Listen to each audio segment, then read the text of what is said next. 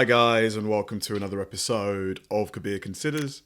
In this video, we're going to react to the top 10 most disappointing moments of 2024. There's been, every year has its disappointments. Like, if I had to pick one, from the top of my head, it was Mike Tyson versus Jake Paul. I think deep down, I kind of knew what was going to happen. Like, Mike, despite being one of the best heavyweight boxers ever, he's 60 years old. He might even be older. I think he's like 62 or something like that. He's not what he was. But part of me was thinking, especially after watching the training videos and he was hitting the pads with such speed, he just looked crazy. I thought maybe he might be able to bring it back just for one night, but nope, he didn't. But yeah, there's bound to be other ones as well. Let's see what comes up. There's a light. Oh my God, this movie was terrible. Oh. That's never shown on me. I can't even. Welcome to Watch Mojo, and today... Whose idea was it to make that a musical? Whose idea? I hope they got fired, honestly. I really, because that was... Oh. We're counting down our picks for the top 10 most disappointing pop culture moments of 2024. For this list, we're revisiting the most underwhelming, disappointing, and unexpectedly terrible pop culture moments in the year of the letdown 2024. This list covers film, TV, gaming, and entertainment news, but doesn't cover war and politics. What? Most people never get what they want. Set your expectations What's low. This? And prepare to be disappointed. Number 10. Uzumaki misses the mark.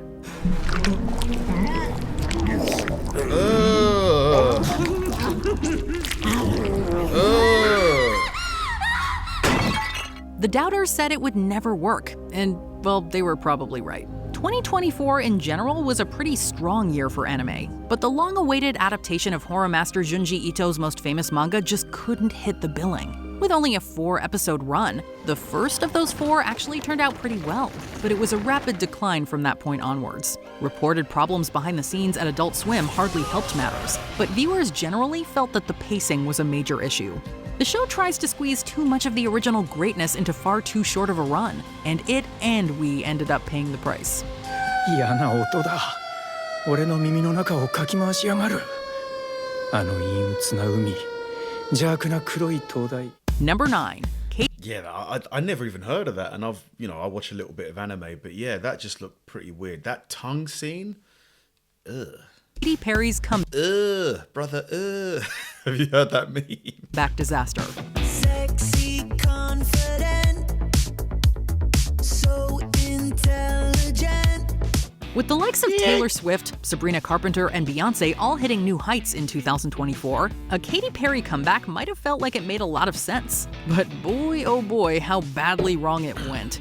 Her 7th album, 143, was her first in 4 years, and the lead single, Woman's World, was apparently meant to carry an empowering message. It's a woman's world and you're lucky to be living in it.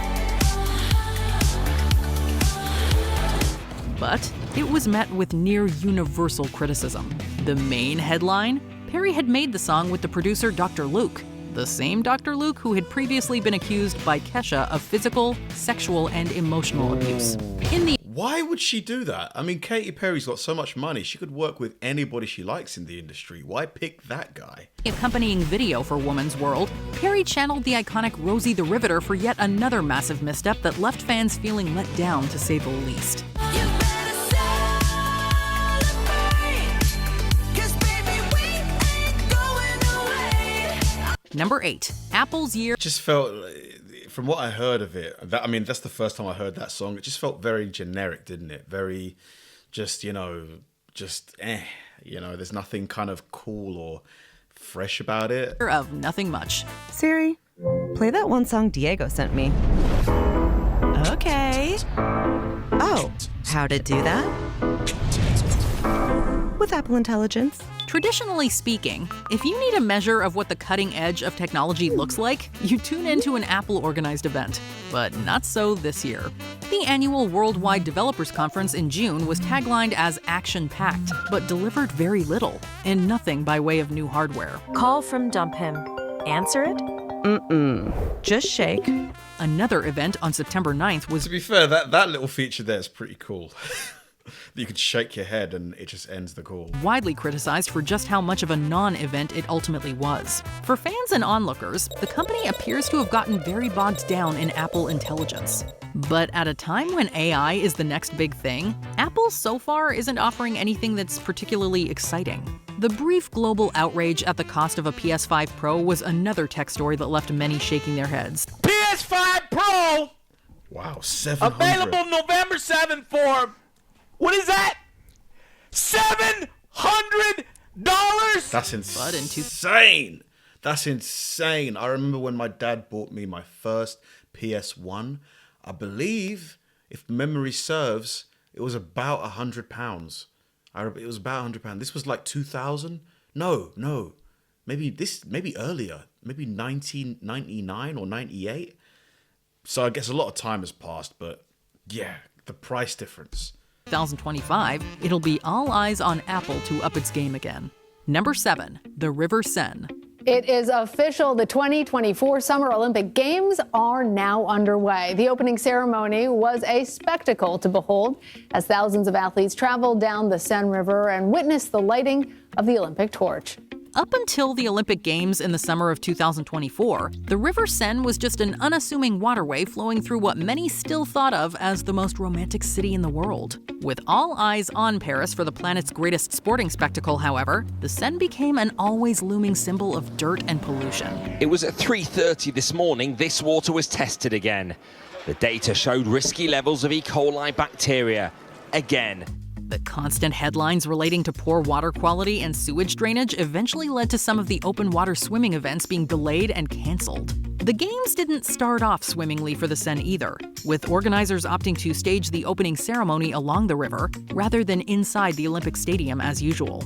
It was a bold and creative move, but not everyone was on board. If people have taken any offense, we are, of course, really, really sorry. Number 6. I really enjoyed the Olympics. I watched all of it pretty much. But the opening ceremony was so weird.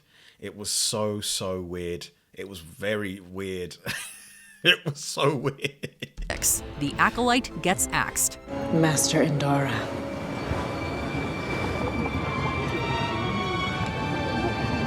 Yes, my child? We have unfinished business. When it comes to the Star Wars universe, it takes something special to be widely deemed worthy of the franchise. And ultimately, the Acolyte fell short. It was never universally panned.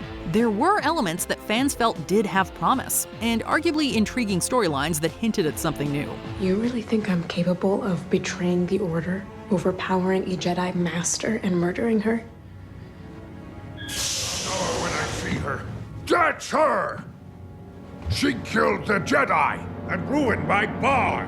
But the show became tied up in claims of a review bombing campaign, and at best, it divided fans while never fully convincing the masses. It was canceled after just one season, and despite online petitions to reverse that decision, it now seems destined to simply be forgotten. Whether or not you enjoyed the show itself, this was a disappointing episode in the saga as a whole. You poor girl. You've been through so much. The Jedi have failed you. Number 5. I thought it was okay. It wasn't the best Star Wars series I've seen. The one I've enjoyed the most is probably The Mandalorian. I don't know why Disney won't make a Darth Vader movie. Like, it just is the no-brainer thing that would be so amazing. I just don't know why they won't do it. Like, it would be so cool. Like, nobody wants to see all of these random TV shows, like these spin-offs. Just make a Darth Vader movie. Megaflopolis. When does an empire die? Does it collapse in one terrible moment? No. But there comes a time when its people no longer believe in it. Then does an empire begin to die. This could have been the epic blockbuster to end all epic blockbusters. But instead, it turned into a film that not many people knew about and even fewer went to see. Francis Ford Coppola's Megalopolis was more than 40 years in the making. A long-held passion project for the legendary Godfather director, the story tells of an alternate New York City shaped as though by the history of ancient Rome. Sleep. Chance to dream. There's the rub. For in that sleep of death where dreams may come when we have shuffled off this mortal coil, must give us pause.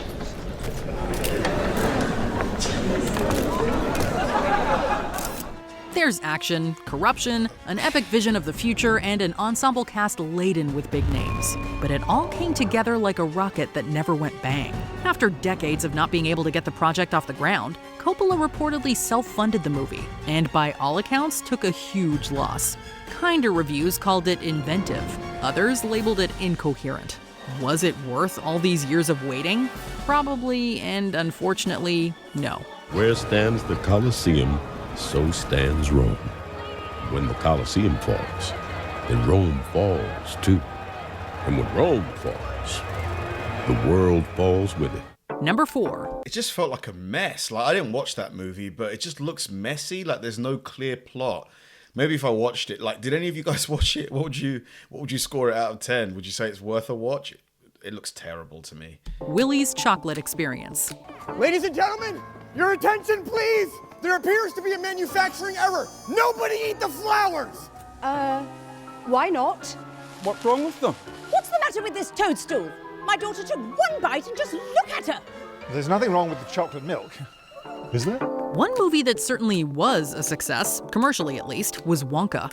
After debuting in late 2023, it comfortably ran beyond the holidays and well into 2024. With Timothée Chalamet in the title role, surely nothing could go wrong. Come with me. All right. And you'll be Where? in a world of pure imagination. It's a ruined castle. Except it really did for those who decided to attend Willy's Chocolate Experience in Glasgow, Scotland in February. The experience was an unlicensed event that promised visitors, quote, stunning and intricately designed settings and, quote, an array of delectable treats. Upon arrival, they found a barely decorated, essentially abandoned warehouse, and were given half a plastic cup of lemonade. The laughable letdown soon became a viral sensation as secondhand anger spread across the internet, with tickets costing up to £35 or around $45. £35 for a half a cup of lemonade? Oh my god, I'd be pissed. The outrage was all too real, as were the disappointed faces of many, many children. So you can understand things go wrong and things get let down, but this has become one of the biggest letdowns in the viral world, hasn't it, for a long time? Yeah, it's definitely having a moment. Number 3, Concord quickly crashes and burns. Why would you even go there? I mean, it just seems like, why would you go? Just enjoy the movie.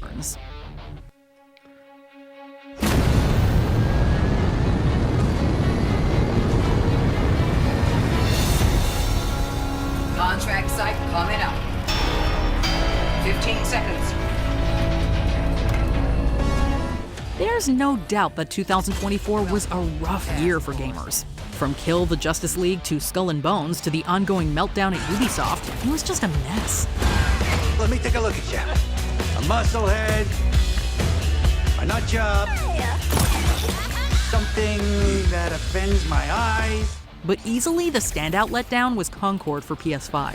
A first-person shooter set against a retro-futuristic backdrop in a world populated by humanoid alien beings. It sounds like it should have been quite a lot of fun. With a reported $400 million budget as well, you might have expected massive hype, queued-out stores, and global surges online as avid gamers eagerly settled in for the next great console title. $400 million to make a video game. I had no idea they were that expensive. What actually happened, though, was an extremely huge lack of interest, to the point that Sony admitted defeat and pulled the game after only 2 weeks. We have received a message from the Free Gunner crew, Dark Cutter. It's an intimidating name. Dark Cutter demands that we turn around. Apparently they are after the same bounty on Glance. Then it's going to be a real bad day for them. Perhaps we need a more intimidating name. Number 2, Jake Paul versus Mike Tyson. Here we go, I knew it. This is the fight the world's been waiting for. What happens next? In the age of YouTube boxing, this was billed as being the biggest and best fight to date. What actually transpired, though, was a slow, sad, and awkward contest that only truly served to highlight how age catches up with us all. Paul won the fight on points via unanimous decision, while Tyson appeared spent even in the early rounds. He's an old man, you know, and there's nothing wrong with that. It's a blessing to get old, but he just shouldn't have been in there. He shouldn't have been in there. Which ultimately is fair enough. The guy was 58 years old at the time, and 31 years Jake Paul Sr. He had previously been forced to postpone the fight in May 2024 after a stomach ulcer flared up, causing him to cough up blood. For many, the fight simply should never have gone ahead. Nevertheless, a reported 65 million did tune into Netflix, all to follow the lack of drama as it laboriously unfolded. Their time is unbeaten for a reason, everybody. That's right. Mike Tyson taking those shots, though. Before we continue, just sad. But, you know, Tyson made a boatload of cash. So, you know. Be sure to subscribe to our channel and ring the bell to get notified about our latest videos. You have the option to be notified for occasional videos or all of them. If you're on your phone, make sure you go into your settings and switch on notifications. Number 1. Joker's downfall. In 2019, Joaquin Phoenix's Joker shone as the cinematic psychopath that Gotham needed, wanted, and that the watching world praised all the way to a win at the Oscars. One small thing. Yeah. When you bring me out, can you introduce me as Joker? And when a sequel was announced, perhaps there was some trepidation because where could Phoenix, under the guidance of Todd Phillips, go next? As it turns out, the only way was down. In Joker Folie à Deux, the musical elements fell flat, the story went nowhere, the character dissolved into a sorry shadow of his former self. Many critics were unimpressed. Many fans felt laughed at by the movie itself. Hey, let's get them out of here immediately. Because it was all set in two places, the courthouse and the asylum, literally the whole movie. It just didn't need to exist. Get them out of here.